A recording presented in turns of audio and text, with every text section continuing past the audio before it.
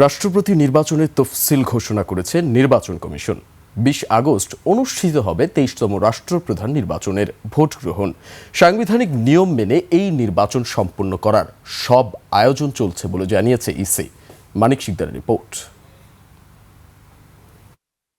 দেশের ২২তম রাষ্ট্রপতি মোহাম্মদ শাহাবুদ্দিন শারীরিক অসুস্থতাজনিত কারণে গত ২৪ জুলাই পদত্যাগ করার পর শূন্য হয় রাষ্ট্রপতির আসন। পার্লামেন্ট সেক্রেটারিয়েটে সংবিধানের নিয়ম মেনে ৯০ দিনের মধ্যে নতুন রাষ্ট্রপতি নির্বাচনের বাধ্যবাধকতা থাকায় প্রস্তুতি নিয়েছে নির্বাচন কমিশন। বৃহস্পতিবার প্রধান নির্বাচন কমিশনার এএমএম নাসির উদ্দিনের নেতৃত্বে কমিশনের বৈঠকের পর ইসি সচিব আক্তার আহমেদ ২৩তম রাষ্ট্রপতি নির্বাচনের আনুষ্ঠানিক সময়সূচি তুলে ধরেন।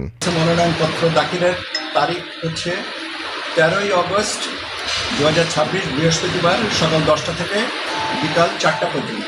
প্রার্থিতা প্রত্যাহারের শেষ তারিখ হচ্ছে ১৮ই আগস্ট মঙ্গলবার বিকাল ৪টা পর্যন্ত সময়। আর ভোট গ্রহণের তারিখ ও সময় হচ্ছে ২০ আগস্ট বৃহস্পতিবার অপরাহ্ন ২টা থেকে বিকাল ৫টা পর্যন্ত। রাষ্ট্রপতি নির্বাচনে মনোনয়নপত্র গ্রহণ, যাচাই বাছাই এবং ভোট গ্রহণের দায়িত্ব পালন করবে নির্বাচন কমিশন।